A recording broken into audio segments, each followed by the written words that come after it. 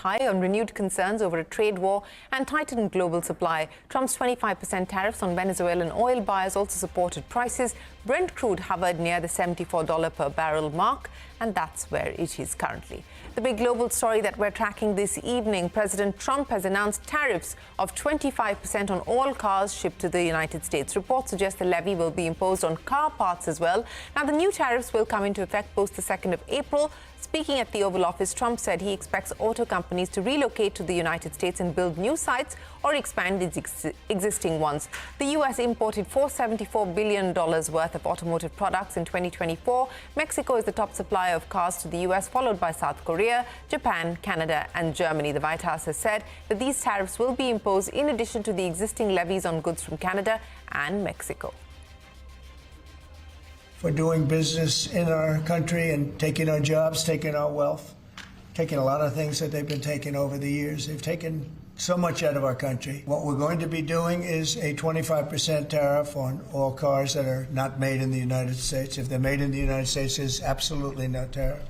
We start off with a 2.5% base, which is what we were at. Sanjay Suri joins us now from Washington on the challenges that the U.S. may face while implementing these tariff changes. Sanjay. Another round of tariffs from President Trump before the big one due on April the 2nd.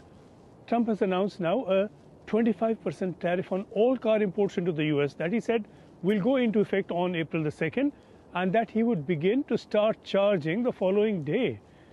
These tariffs would be on top of the tariffs already in place and already announced.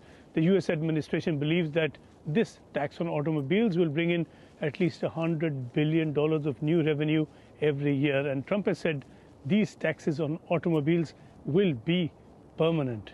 And to follow will be tax benefit offers to American buyers of cars built in the U.S. But this is not going to be a simple and straight tariff. A lot of the cars imported into the U.S. come from Canada and Mexico, and these have components made in the U.S. And that, he said, will be proportionally factored into the 25% tariff. The tariffs will be reduced in proportion to the value of an imported car's American-built components. This opens up a nightmare world of certification and accounting. On the other hand, to add to this, the tariff will apply to non-American components of cars built in the U.S. This would then be a decision particularly hard to implement. It is not clear who will police this, who will carry out inspection and certification of every car or even every lot of cars along these lines, and what the cost of all this would add up to. Well, that certainly is right. Certainly not the ease of doing business there. Sanjay, many thanks for joining us.